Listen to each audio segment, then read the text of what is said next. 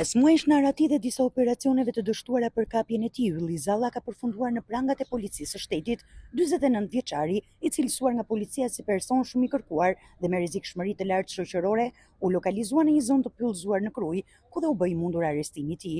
Operacioni i koduar fundi i Aratis u finalizua nga Forcat Speciale Renea, Drejtoria e Forcës Posaçme Operacionale, si dhe Komisariati i Policisë Krujë. Në momentin e arrestimit, Zalla ishte i armatosur.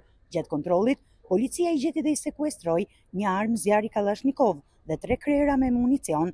Sipas njoftimit zyrtar, 49 vjeçari kishte mundur të shpëtonte disa herë forcave të policisë, duke u fshehur në zona të thella dhe të vështira për të kontrolluar. Pas një pune intensive hetimore dhe operacionale, shërbimet e policisë arritën të lokalizonin vendodhjen e tij në një zonë të pyllëzuar të Krujës, duke i dhënë fund Aratis disa mujore.